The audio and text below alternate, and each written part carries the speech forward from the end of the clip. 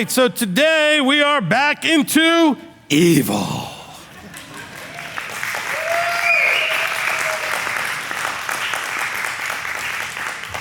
It's just a little bit evil. No, okay. All right.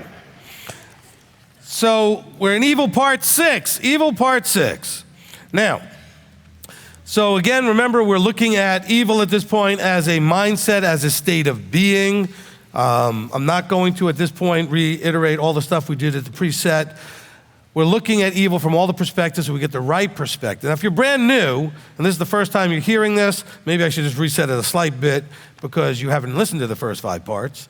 Okay, we're defining evil as something that's morally bad or wrong, wicked as an aspect of one's character.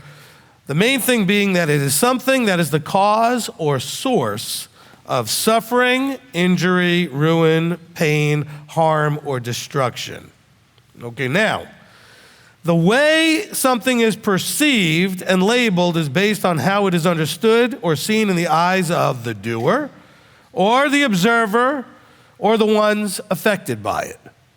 So in other words, when we label things like evil, we say something is evil, that label is going to be coming from the person that's either observing the thing happening or the one doing it or the one receiving it. Okay, because they're not all going to label things necessarily the same.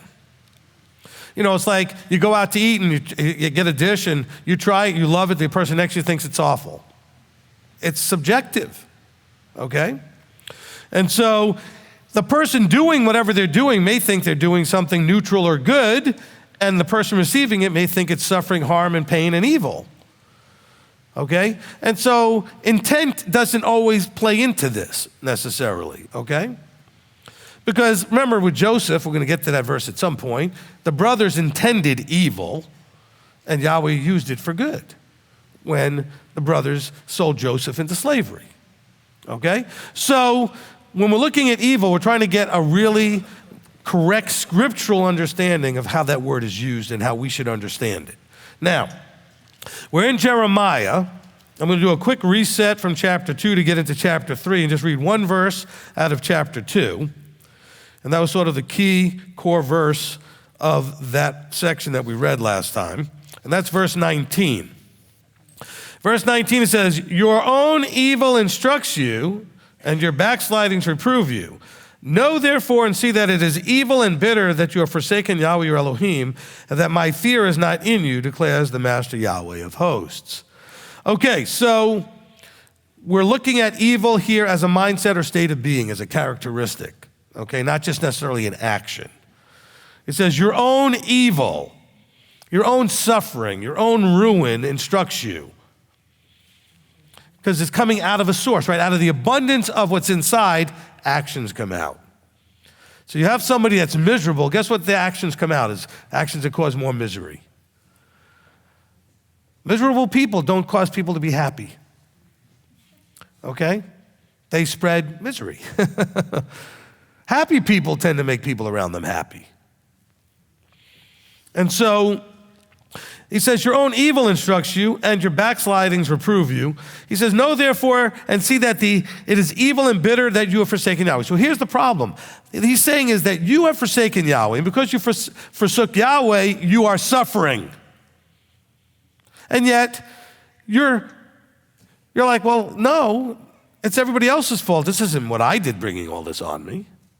And this is the huge issue that goes on throughout Jeremiah's opportunities to speak on behalf of Yahweh to the people, is to get them to see, yes, you've done this.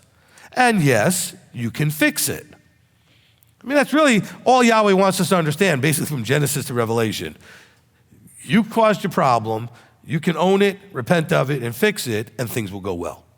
You got this with the very first problem happening, well, not the first, but the second problem with Cain, right? He said to Cain, he says, if you do it right, won't it be well with you? Right? Yeah, you didn't make the offering the way I wanted you to. All right, so fix it.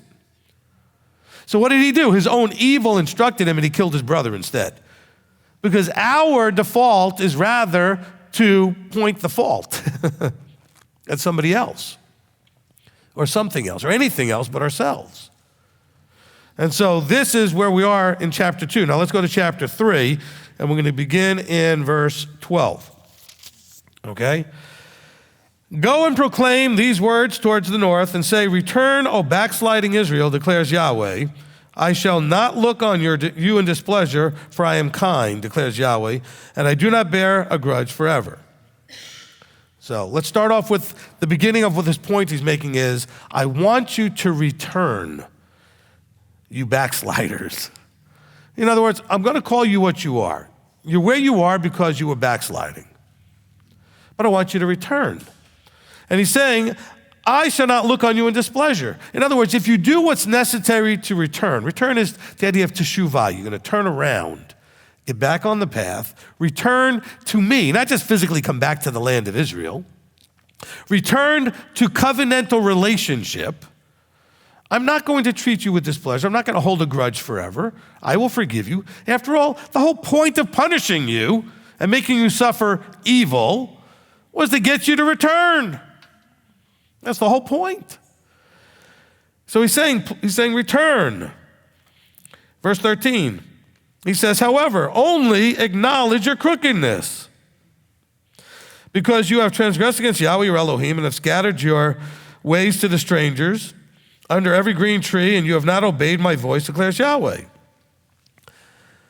You wonder where I get this idea of own it, fix it, move on. It's right here, isn't it?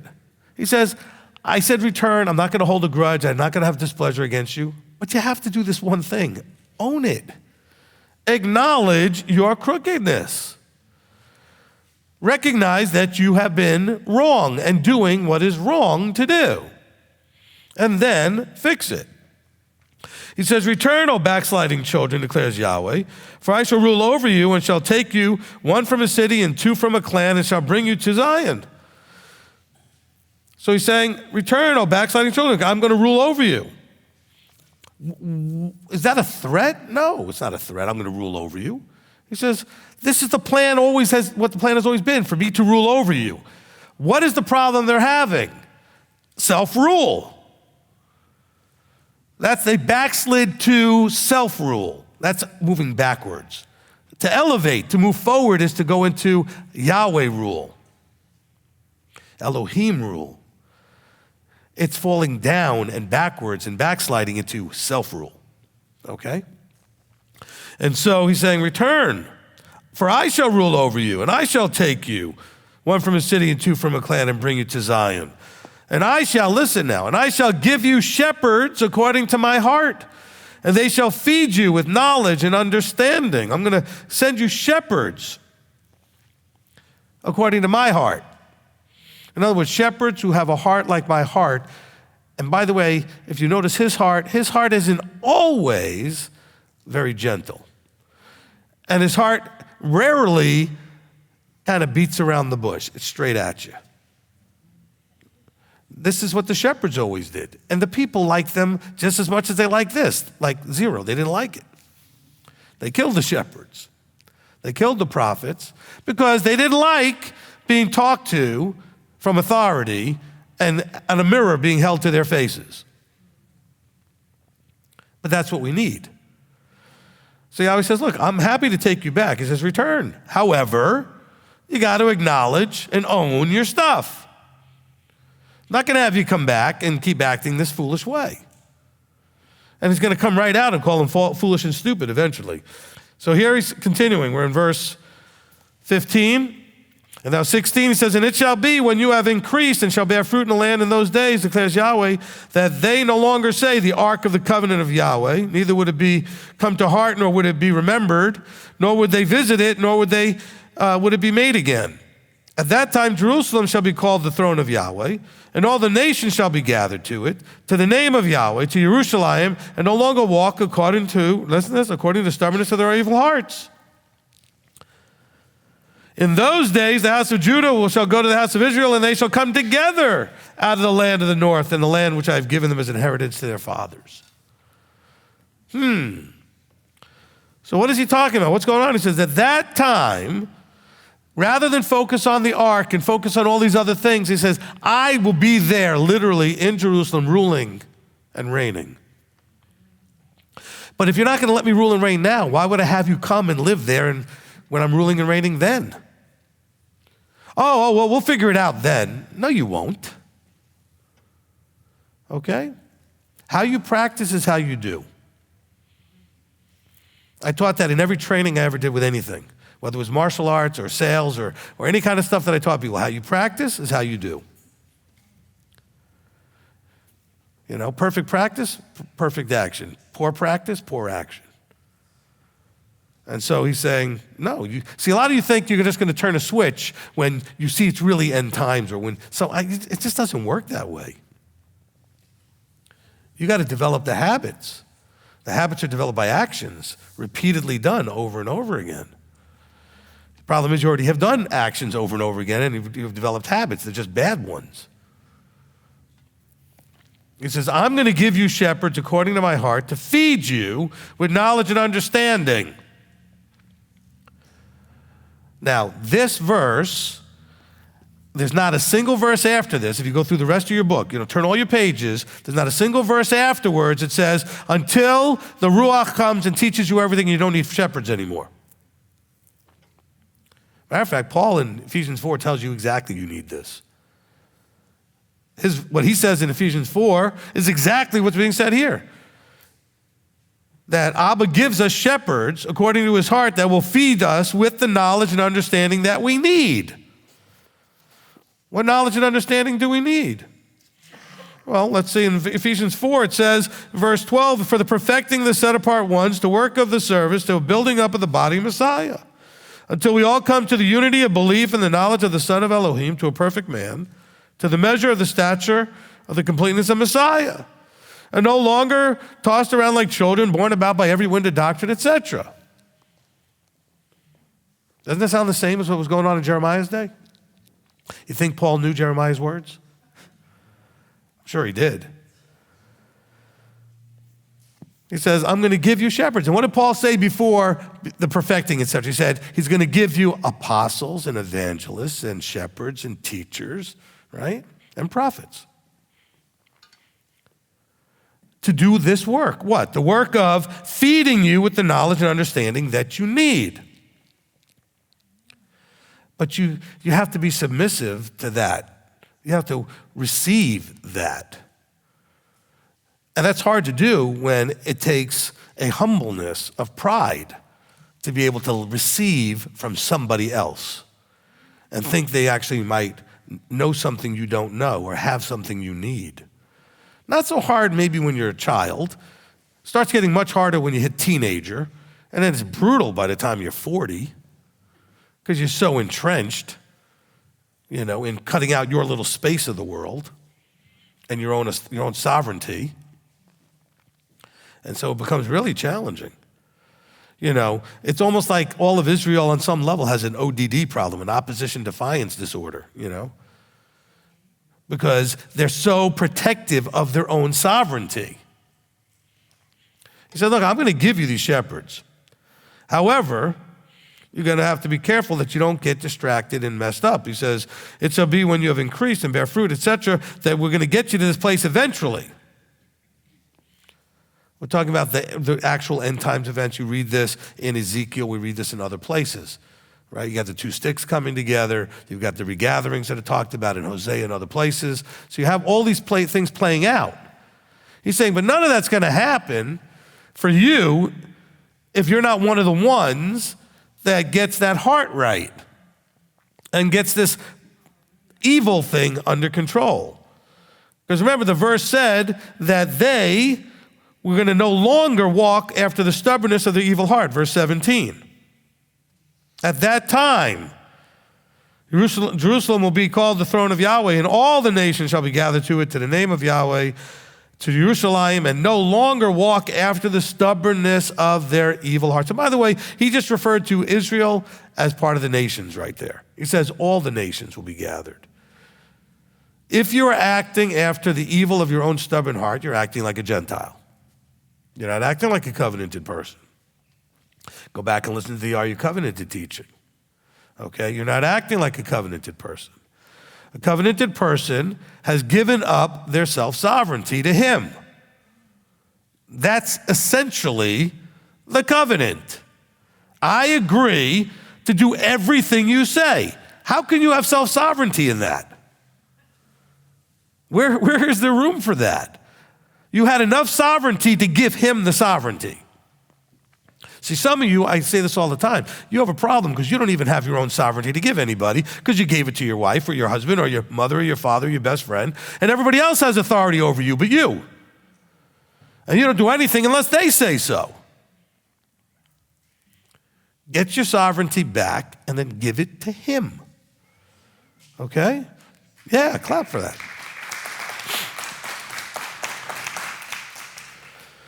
Let's go to chapter 4. Okay? Begin in verse 1. If you do return, O Israel, declares Yahweh, return to me. I think that's a straightforward enough thing right there. Because, again, people can confuse this idea of being scattered out and coming physically back to the land as being a return. A lot of Jews have returned to the land of Israel, and they think that's the big return. They're not returning necessarily to him, though. A lot of them are more worldly than worldly people, as you would normally think, whatever. The point is, he says, if you return, return to me. And if you remove your abominations from my presence and cease straying, and shall swear as Yahweh lives, in truth, in right ruling, and in righteousness, then nations shall bless themselves in him, and they shall boast in him. So he says, return to me. So what do you do first? First, you acknowledge Yahweh lives. That all things are as Yahweh lives. And as Yahweh lives, that what Yahweh has given us is truth, is right ruling, is righteousness, etc. That these are the right ways to do everything. This is the truth. These are the right ways to do everything. For this is what Yahweh said to the men of Yehuda and Jerusalem, break up your tillable ground and do not sow among thorns. Break up your tillable ground and does that sound familiar? What does that sound like to anybody? Maybe a parable in Matthew. See, they were having the same problem here, and Yeshua was referring to it in Matthew, the sower of the seed. So let's go look and see how that connects to this. He says here, for this is what Yahweh said to the men of Judah and Jerusalem. Break up your tillable ground and do not sow among thorns. Circumcise yourselves unto Yahweh and take away the foreskins of your heart, you men of Yehuda and the inhabitants of Jerusalem, lest my wrath come forth like a fire and burn, and none to quench it because of the evil of your deeds. Hold your place here. Go to Matthew 13. And we'll read the explanation of the parable, which begins in verse 18. Actually, you know what? Let's actually go a little bit earlier than that. Okay, so at the end of the verse 9, he says, he who has ears to hear, let him hear. He just gave this little parable about the soil, right? And the taught ones come to him. This is just like what's going on in Jeremiah. And they're saying, why do you speak in parables? Why don't you just talk to us straight out? Because Jeremiah is, Yahweh speaking through Jeremiah is doing the same thing, which, by the way, we're told that he always spoke to us in parables. Always. So he answering them said, because it's been given to you to know the secrets of the reign of the heavens, but to them it's not been given. In other words, if it was straightforward, everybody would understand it, and there's a reason I don't want everybody to understand it at this point. And really, a lot of it has to do with you own and are responsible for what you understand. We have verses that say that, don't we? It says the secret things belong to Yahweh, but that which belongs to you, you have to own it. What he reveals, you own. And he didn't want to reveal everything to everybody right away because he didn't need them to own something they weren't ready to own. Does it make sense? Okay? So he literally says this right here. He says, because it has been given to you to know the secrets of the reign of the heavens. He says, for he who possesses, to him more shall be given, and he shall have overflowingly. But whoever does not possess, even what he possesses shall be taken away from him. Because of this, I speak to them in parables, because seeing they do not see, and hearing they do not hear, nor do they understand. All right? And in them the prophecy of Isaiah is completely fulfilled, which says, hearing you shall hear, and by no means understand, and seeing you shall see, and by no means perceive. For the heart of this people has become thickened, and their ears are hard of hearing, and their eyes they have closed, lest they should see with their eyes, hear with the ears, unless they should understand with their heart, and turn back, and I heal them. So he's saying, why would I share this with them when they're not able to receive it at this point? The evil is a good thing. What do you mean? Because the evil gets you to deal with unclogging your ears and wiping open up your eyes and softening up that heart. It takes suffering to fix that. Think of it in your actual body. If your artery started thickening up and your hearing was a problem, you start suffering, you then eventually get to the point where you suffer enough where you go to try to fix it. Okay? Is that not the case? I mean, your hearing goes a little bit, maybe you don't do anything. Okay? It gets to a point where if your hearing loss goes bad enough, you will do something. Or your vision goes bad enough, you will do something. Your health gets bad enough, you'll do something, but there's a level where you won't.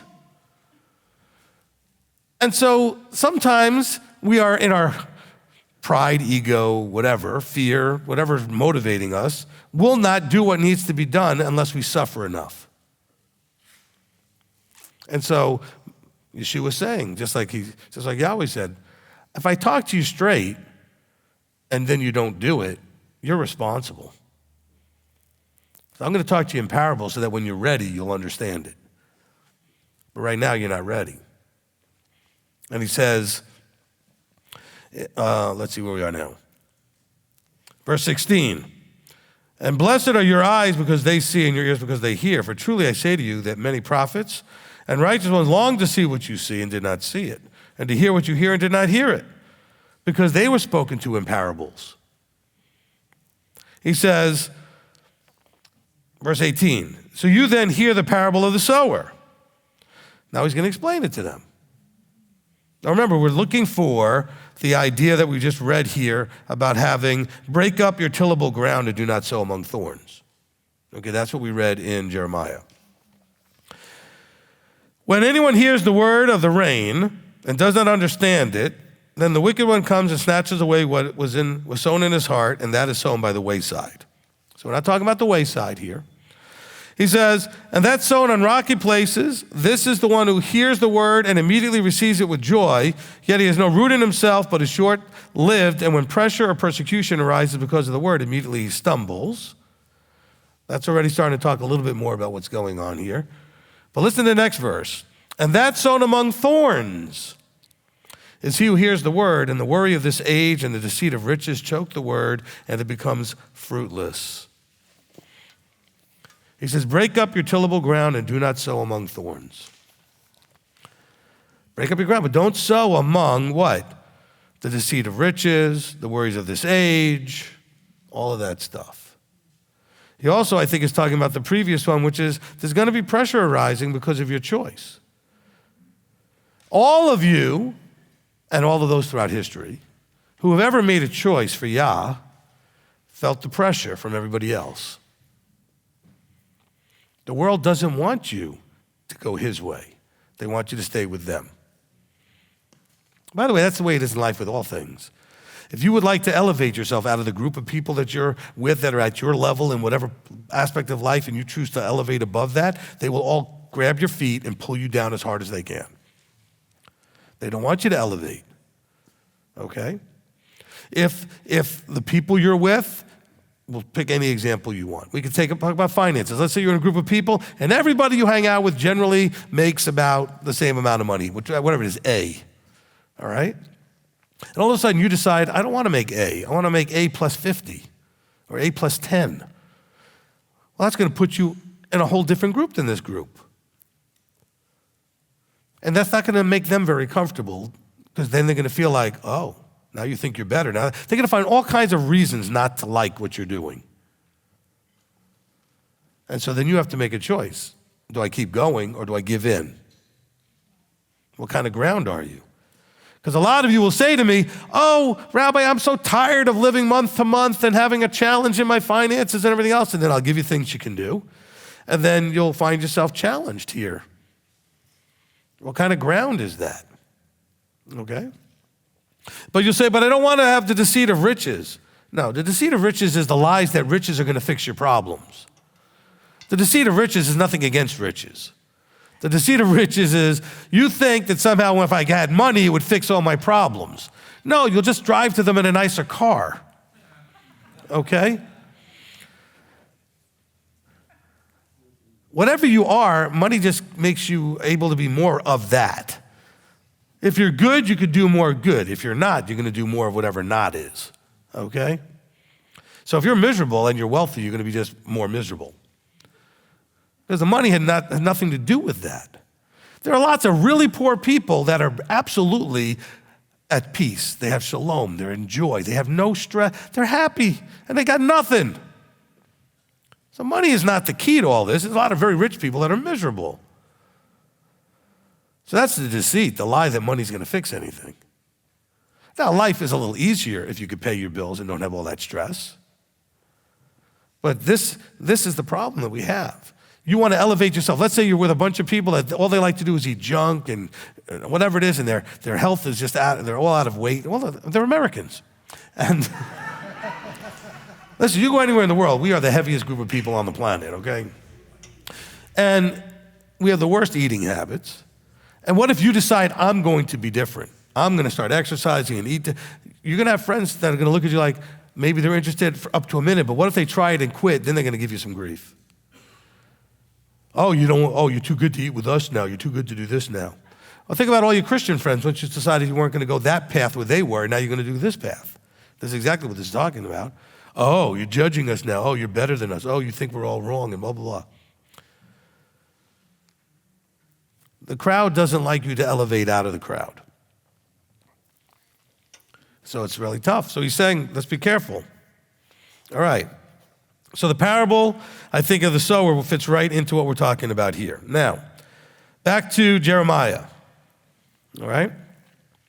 So after telling them to break up the tillable ground and not to sow among thorns, he says, circumcise yourself unto Yahweh. You have to do this. I don't mean the literal circumcision. I'm saying, he says, and take away the foreskins of your hearts. Oh, well, I was always taught that God was going to do all this stuff for me. He's going to send you the shepherds to feed you with the knowledge and understanding on how to do it, if you're willing to listen to them. But you have to do this. The hardest thing I think that there may be to overcome, coming from a Christian background, is the idea that you actually have to do anything. That is the most evil that they teach you. Because so many suffer because they think it's all just going to get handed to them. The total disempowerment of people because all the bad stuff the devil did and all the good stuff the Messiah did, so therefore none of it's on you, except the idea that you had to just simply go, I accept that he is. All right, good for you. What did that change? Did that change anything? No. Didn't make your character any better. Didn't make your life any better. Didn't make your relationship with Yahweh any better. Just because you acknowledge he exists. The enemy knows he exists. So congratulations, you and the devil have something in common. And the demons. They all know he exists. And they know exactly who he is and what he is. That doesn't mean anything. Oh, but I believe. So do they. Big deal. James says what matters is your actions because of your belief. He always says the same thing. Stop backsliding. Do what I said. Keep covenant. How do you keep the covenant? You obey. But you do it in belief, in trust, that doing it will change you from what you are into what he is. It'll bless you, keep you safe, and change you. We always talk about that. right? Those three things. Circumcise yourselves unto Yahweh and take away the foreskins of your heart, you men of Judah and inhabitants of Jerusalem, lest my wrath come forth like a fire and burn, and none to quench it because of the evil of your deeds. The suffering. Yahweh's sitting up there like every parent does and say, if you would just listen to me, you'd stop suffering. As parents, don't you know those moments? You watch your children, and you see them doing stuff, and sometimes they're not so young, and they're still doing stuff, and you're thinking, if you would just listen, the suffering would stop, and you'd start having things go in a better direction. But they don't, for the same reason you don't. They're too self-sovereign. There's too much pride, too much ego, too much stubbornness in there, stiff-necked, whatever you want to call it, that they can't listen. They can't receive. Oh, they hear it and everything, but they can't receive it. Because that would have them have to do the hardest thing there is to do, which is to own it, recognize and accept that you're wrong. We read that. He said you have to acknowledge your crookedness. You know, I'm not for or against things like AA, but I love the idea that the first thing they want you to do is own it and say, I am. Just like saying, you should come in here and say, I am a sinner. I have crookedness. I am unworthy of anything, and I need to fix that. Okay? Because the alcoholic says, I am an alcoholic with the full intent of not having another drink. Just like the sinner can go, I am a sinner with the full intent of not sinning anymore. But you got to start off looking yourself in the mirror and knowing what you are, with a commitment not to stay that way. That's really the key, right? Is to make a commitment not to stay that way. You know, we talked about this in many of the other teachings over the years. You know, it's come as you are, but don't stay that way. We're coming to change into Him. Now, however you are when you got here is fine. We come in all different shapes and sizes and you know, how far along in the walk we all are at different points. It doesn't matter. What matters is we're all going, hopefully, the same place. All right? Yeah. All right? But until you understand, and that's what Yahweh says through the prophets, just like I tell you, He says through Yeshua in the New Testament. You are choosing the slave to whom you want to serve, the master who you want to be a slave for. You're going to be a slave either way. Right now, you're a slave to all the nonsense in your life. All of it has you running around and controlling you. Okay? When you work in a place you don't want to work, do the things you don't want to do, and have somebody control how much you can eat, how much you can spend, what kind of entertainment, because they're choking everything that you can, then you are a slave. If you can't do what you want, when you want, as much as you want, you are a slave. Okay? So don't think, oh no, I'm a free man. Really? So you could just not go to work tomorrow if you don't want to? You're not a free man. You're a slave to that boss. Oh no, I'm not. Well, then you're a slave to the bills you have to pay, so you're willingly slave to that boss. And I'm not trying to pick on all of that. We are told that life is slavery to some degree. He says, you are a slave to whom you serve, whether you're going to serve the Almighty, in which case serving Him brings you all the blessing. When you serve everybody else, all you are is ever is miserable, or temporary joys, or what I would call phony joys, okay? What are phony joys? The ones the next day where you have regrets, or headaches, or hangovers, okay? Oh, it was a lot of fun the night before, at least you thought so. And then you woke up. See, true joy, you wake up, you feel good. You did all good things the night before, you wake up, it all still feels good. Because it all still is good. When it wasn't good, it doesn't leave you feeling good. That's what I didn't understand as a teenager going into college, is my friends who would like to go out and do all that stuff. I was like, why? How could it be that much fun to be that miserable for the whole next day? Or longer, and broke besides. Because they would spend in one night what they made all week. Easily, okay? So I didn't get the whole point. But with Yahweh, you do his stuff and you get pure joy. Okay? So he says here, circumcise yourself and the foreskin of your hearts. So the heart's the problem. I'm not saying we don't have to do the other one because it's still required.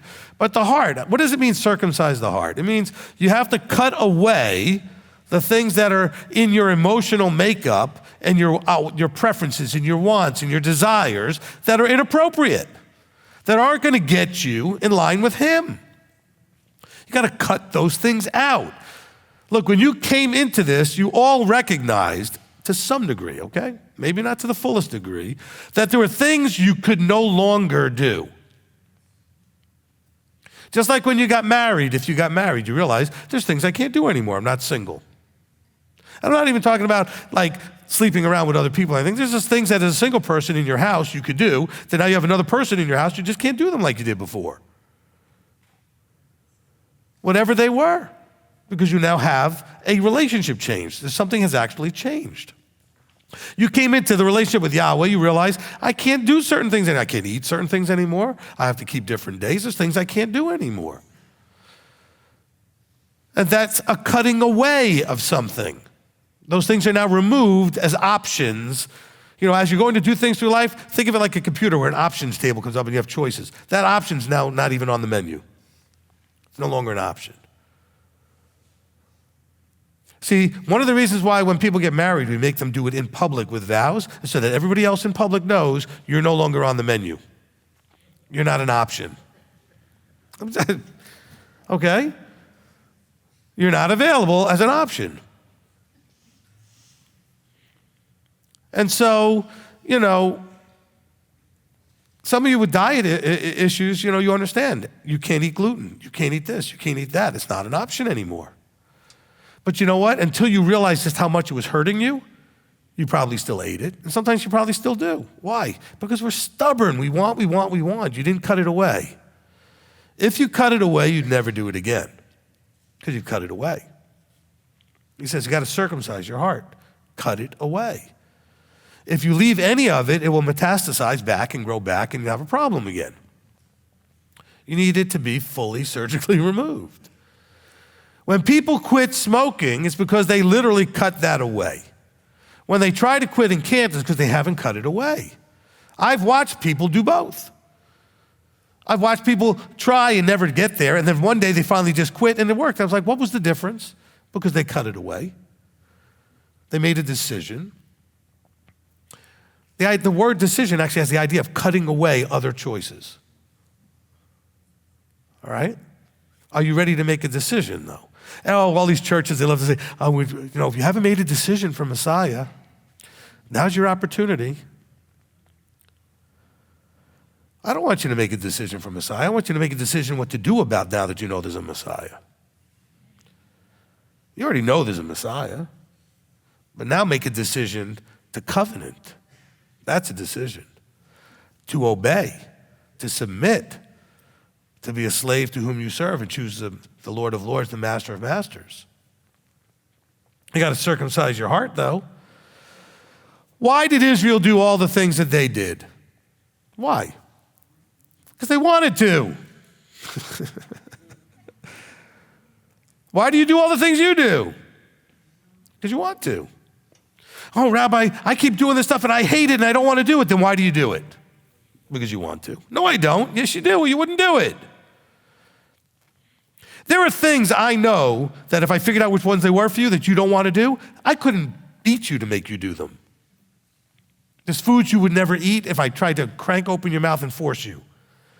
The things you still do is because there's a part of you that still wants to do it. Okay? Own that and then cut it away. All right?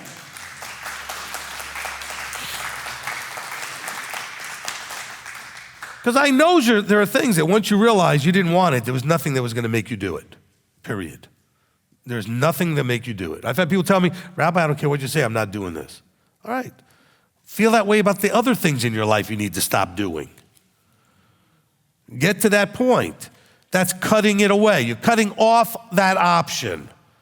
It's no longer on the menu of choices. Okay? This is what's going on, and that's where the backsliding comes in. What is backsliding? Again, you're going from his sovereignty to your sovereignty, which means you wanted something that was in conflict with what he wanted, you chose you over him. That's all that means. He said, you wanted, they didn't match up, you went with you. You backslid back into your body, so to speak. You went back from the above into the below. Bad choice, right? All right, continuing here. Verse 5, declare in Yehuda and let it be heard in Jerusalem and say, blow the ram's horn in the land, cry aloud and say, gather yourselves and let us go into the walled city. Lift up the banner toward Zion, be strong, do not stand still, for I am bringing evil from the north and great destruction. So evil is not because the Babylonians were evil, it's because they were going to bring harm, suffering, and ruin. Okay, so I'm bringing evil from the north. Okay? That doesn't mean that the Babylonians were great people either. I'm just saying this wasn't a labeling of them as a people. But they were going to bring destruction and ruin and harm. A lion has come up from his bush, and the destroyer of nations is on his way. He is set out from his place to make your land a ruin. Your cities are laid waste without inhabitant. I like the idea of the lion has come from this bush. You know, I didn't look up the verse, but doesn't it remind you of the enemy being like a lion, waiting to see whom he can consume? So what is he waiting for? Why is this lion coming against Jerusalem? Because they were ripe for the picking. They had given up their strength. Their strength was their relationship with Yah. They were visibly and clearly without covering. Right? So the lion came and said, we're going to just come in here and take this land. So whose fault is all that? Israel's. You know, we talk about this, and you can talk to Elder Billy about it too, because he was a police officer back in the day, but most of the crime that happens, at least historically, happens to people that look like a victim. Because the criminals are looking for victims. They're not looking for people that are going to be a problem. They're looking for the easiest way they're going to get going. So if they want to rob you, the muggers, they're looking for the one that's going to be no problem. They're going to look at you, you're going to freak out, cry, and hand them anything. Okay? That's what they're looking for. They want the easy, and mostly they can walk up to you, just ask, and they'll just give them whatever, without even having to threaten them. I was on a subway platform leaving high school. I had a big duffel bag that had my trumpet in it that I was carrying with me. And I was with two other people, and we were approached by a person who apparently was a mugger, okay? So I tried not to look at the guy, and I just was waiting for the train, and the train wasn't coming yet. And he kind of said to one of my friends said, what time is it? My friend went and looked at his watch or whatever, and the guy made some sort of signal and took the guy's watch. And then, I guess this is the two of us, whatever. Then the guy looked at me and says, what time is it? I said, I don't know, I don't have a watch. And he started going back and forth with me, but I wasn't giving him anything he wanted. And he didn't want to have a problem. He was looking for the easy victim. And he ended up leaving me alone. But my other friend was emptying his pockets and handing him everything. And the guy never really even threatened him. Are we victims? Israel became a victim. The lions that were out there were ready to come and pounce and take over the land. They looked ripe for the picking. Not very scary or dangerous or a threat of any sort. When they were properly grounded vertically, nobody wanted to mess with them at all. Okay? There was something about them. They didn't look like victims. And so I didn't act the victim. And some of you may think, well, what would you have done? I had a 30-pound horn bag in my hand. I could have taken the guy's legs out in a half a second, and I was very fast. I could have run. I had that all thought through. Unless the guy was going to shoot me, I was going to probably be fine. I also had martial arts training, so I wasn't worried about that either, but I wasn't going to sit there. Now, if the guy just approached me, it would have been different. I would have tried to talk out of it and everything else. But he wanted to talk to my friend first, and my friend is literally just handing this guy everything he's got. And I looked at him like, really? And I'm not all for getting hurt and everything. If there was an actual real threat, I would rather give, if the guy pulled out something and made a real threat, I would have handed him whatever he wanted. But short of that, I wasn't going to be the victim, okay? And they're generally not looking for that. If you don't challenge them, you don't look them in the eye, you don't threaten them and challenge them. I just played innocent and said, look, I don't have anything, okay? Sorry. I didn't act afraid. See, are you afraid in your life? You wonder why you end up being a victim so much. A lot of you are stuck in victim mode. And I know because I counsel you guys, and so does Billy, and so does other. And we hear it. You're caught up in this victim mentality. You can't rise to where you need to be and stay a victim. Okay? Now, victim and victory have a couple of letters in common. They're not the same thing. You can't have victory from victim. Okay? You can't stay there. It's a mindset, though. That person looked at me, felt not threatened, and felt like I wasn't going to give him anything. That there was no point. Okay? Right? I didn't fight back. I was very yielding. I said, I don't have anything for you, sorry. Okay? I had a $500 trumpet in my bag. And he walked away. And so just understand that we're dealing with this life applying to us today. If you act like a victim, you attract the lions hiding in the bushes. Okay? Take that from this. If you act and feel and have a mindset of a victim, you're attracting the lions. All right. Continuing, he says, verse 8, for this, gird yourself with sackcloth, lament and wail, for the burning displeasure of Yahweh has not turned back from us.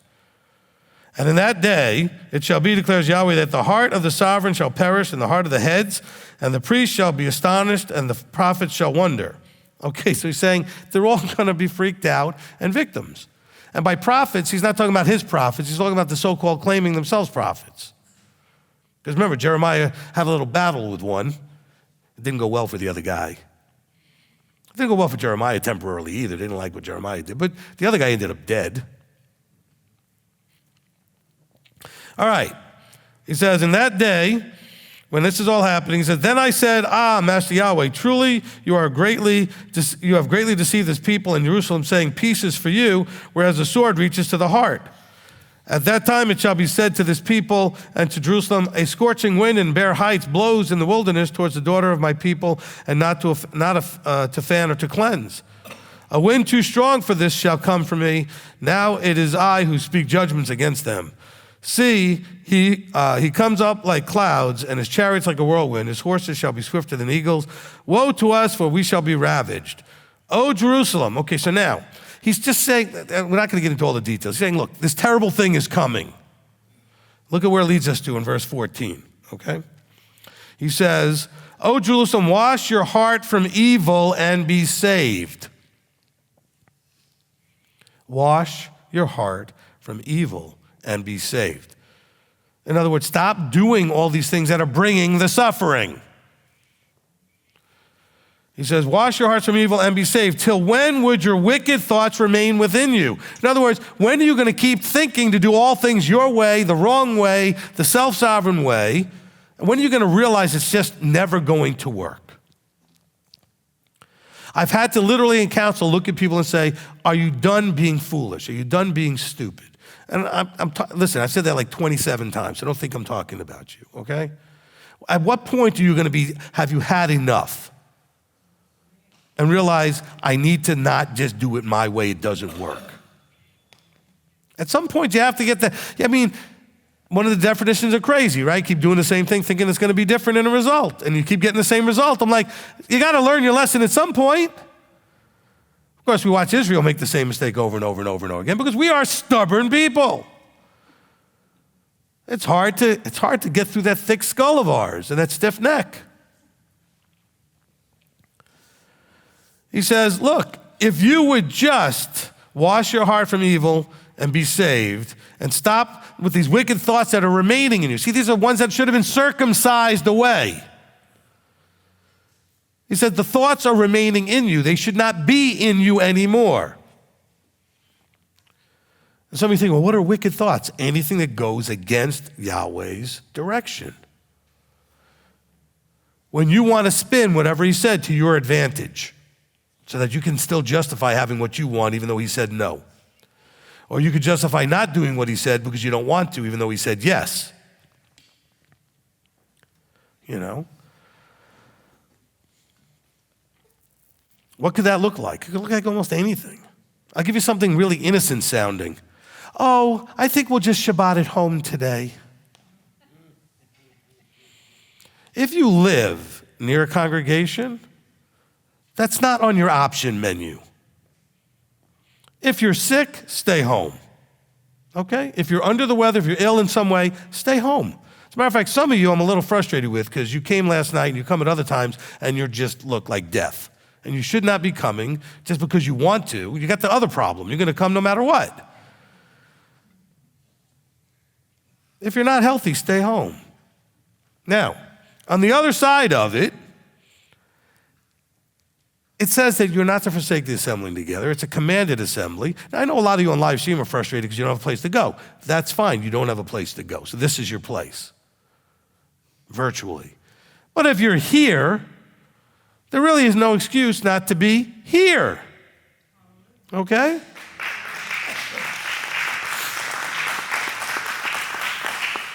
I've had people say, well, I was just really tired. I had a hard week. Okay, where's the verse that says you need to keep Shabbat and go and not forsake the assembly unless you're tired and had a hard week? Tired and had a hard week, go be a shepherd and a farmer and tell me you didn't have Saturday as a tired, hard week.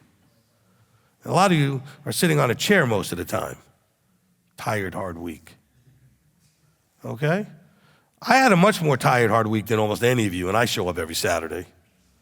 Because I know I worked more hours than you did. And that's not bragging.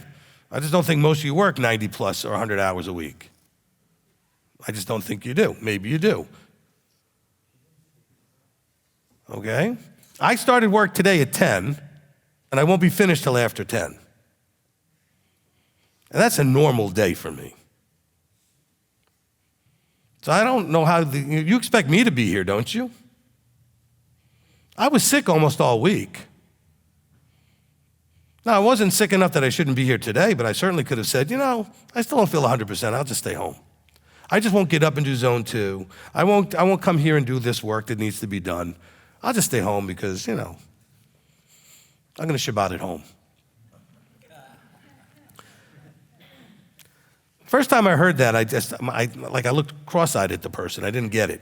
Because I saw a husband. I said, is your wife okay? She's not here. I thought maybe she was sick or something. He goes, no, she's fine. She's just Shabbating at home. I said, I didn't know that was an option. And it shouldn't be. If you're not feeling good about emotionally in whatever way, you come here. This is where it can get healed and better. All right?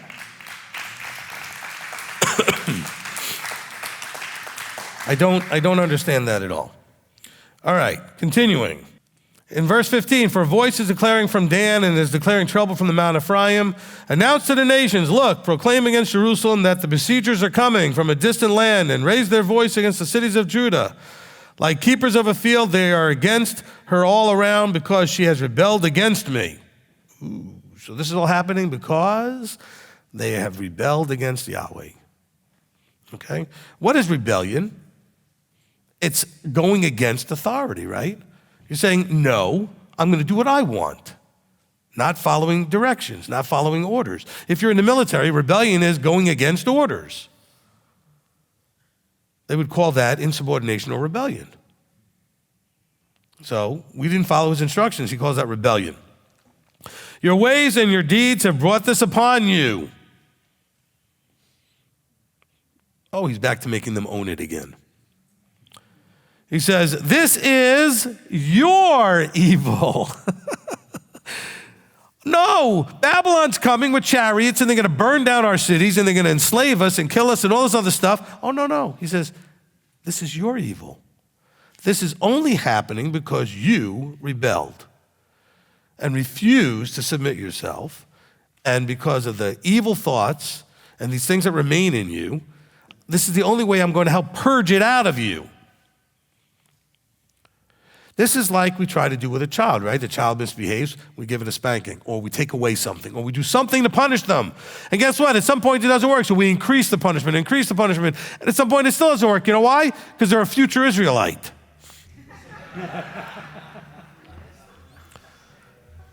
They're ready for that. He says, your ways and your deeds have brought this upon you. This is your evil because it is bitter, because it has reached into your heart. This is your evil. He says, oh, my inward parts, my inward parts. He's saying verse 19, I'm in pain, oh, the walls of my heart pounds in me, I'm not silent. For you have heard, oh, my being, the sound of the ram's horn, the shout of battle. Oh, so now you're all ready. Now you're all freaked out. Oh, I'm so sorry. How contrite and apologetic are your children when you go to take away whatever it is that they really don't want you to take away? Oh, no. Oh, I'll do it right now. I'll fix it. Yeah, well, a little late for that. I expect you to do it when I ask you to, not when you're freaking out if I'm taking away your phone or your toy or whatever. This is like Israel after he said, go in the land, and they said no, and then he said, well, fine, then don't go in the land, and they tried to go in. A little too late. Take your punishment. Don't make the mistake again. Oh no, they want to mitigate the punishment. See, the problem is when we do what we do, we still think there should not be a consequence. And we're angry with look, when you speed and then you see those whoa lights and everything, you are not mad at yourself for speeding. You're mad that you got caught. And you're trying to figure out how you were distracted so you didn't see. Tell me I'm wrong. Okay? Or you blame the person next to you who talked to you and distracted you so you didn't see. They're not the reason you were speeding, but you think you should have figured out a way to avoid the consequence of your actions. And so you're mad for being busted, not because you did something wrong. You're mad because you got caught. Same thing here. Oh, they're coming and now we're all sad. Yeah, but are you going to change? That's why he told him, he said, look, yield to Babylon, go, learn your lesson, take your punishment. Problem is most people get more bitter during their punishment instead of yielding to it and learning from it. He said, take your punishment, learn from it, and then when you come out of it, you'll be better for it. He says, destruction upon destruction is cried, verse 20, for all the land is ravaged. Suddenly my tents are ravaged, my curtains in a moment. How long shall I see a banner and hear the sound of a ram's horn? Now listen to what he says here. Now we're going to get to what I told you. He says, for my people are foolish. They have not known me. They are stupid children. See, you guys get all mad at me like I'm such a big meanie. I'm just quoting him. He says, my people are fools and stupid children. At least that's what they're acting like. And they have no understanding. So he's saying, you know nothing. See, but if I tell you that, you get all mad at me because you think you know everything. So did they. And nobody's going to tell you anything because you think you know everything. He's saying, no, my people are fools. They've not understood. They've not known me. They've not had the relationship with me that they should have had. They are stupid children. So they're acting like children. And children aren't the brightest in the box usually, right? Because it takes a while to learn through experience the right things and how to do them, etc. Okay? All right. So he says, and they have no understanding. Again, understanding comes through experience. Information, experience brings understanding. Okay, you may want to write that down. Information, experienced, brings understanding. You can't really understand something till you experience it. I can tell you everything there is to know about having a baby or a child or being married or whatever, and you really won't understand it till you have one. You understand what I'm saying? You won't understand that thing unless you experience it. And they have no understanding because they will not experience what he keeps telling them, which is if you trust me and do what I say, you would have understanding. But you don't. Because you're foolish and you're stupid. And some of you get mad at me when I say, are you finished being stupid? When you come to me and you tell me about something that's been going on for the last 40, 50 years of your life over and over again, and I look at you like, when are you going to be done being stupid? And they go, I can't believe you call me stupid. Then stop acting stupid. I'm not pulling any punches here. They're suffering, and you suffer for being stupid, foolish, lacking understanding, because you don't start with the first step, which is fear of Yahweh. Fear of Yahweh is the beginning of understanding, the beginning of knowledge, the beginning of wisdom. So you're fearing all this other stuff, and everything continues to go terrible for you in your victim mode. That's stupid. Okay? Doing the same thing that's getting the same awful results is also stupid. And he called them stupid, so I'm not reluctant to use the word. It's just dumb. Doing something that has never worked and is not likely to ever work in the future and keeping doing it is not the brightest thing in the world. It's straight out dumb.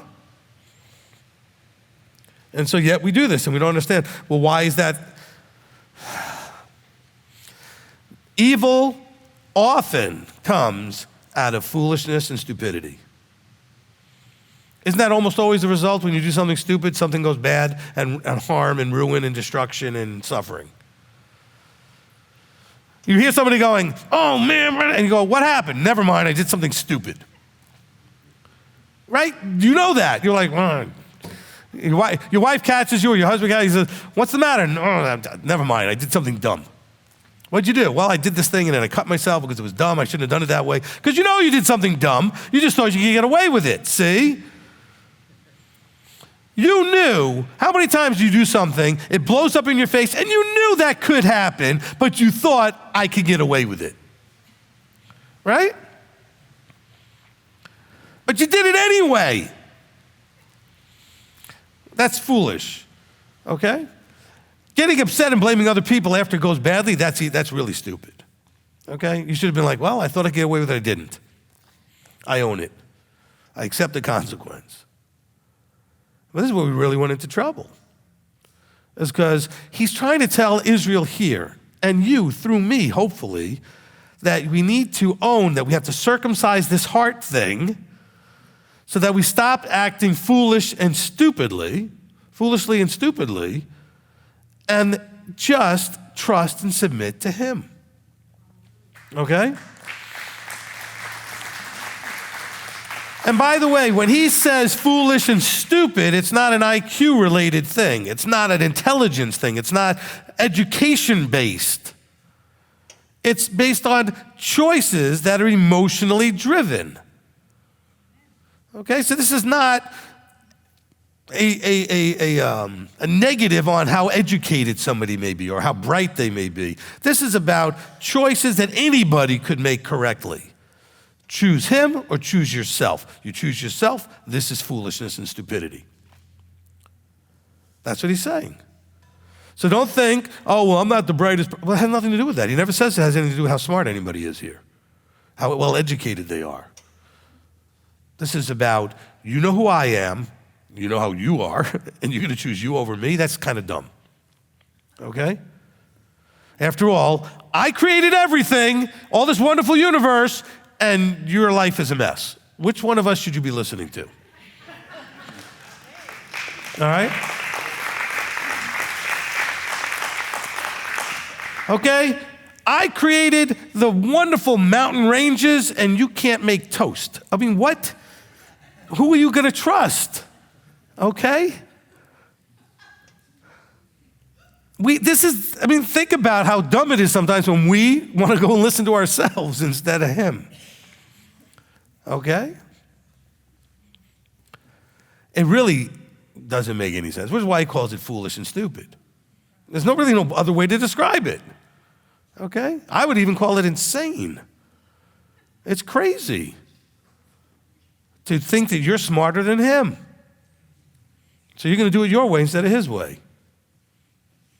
And by the way, we do that in a really challenging way, which is he says, I'll send you the shepherds. But see, that's where you have your biggest problem. You don't want to listen to the shepherds. You don't want to go talk to them. You don't want to get in a relationship with them because you're afraid they're going to tell you you're stupid. No, you should be hoping that if you're being stupid, they tell you you're being stupid. You don't want them to not tell you if you are.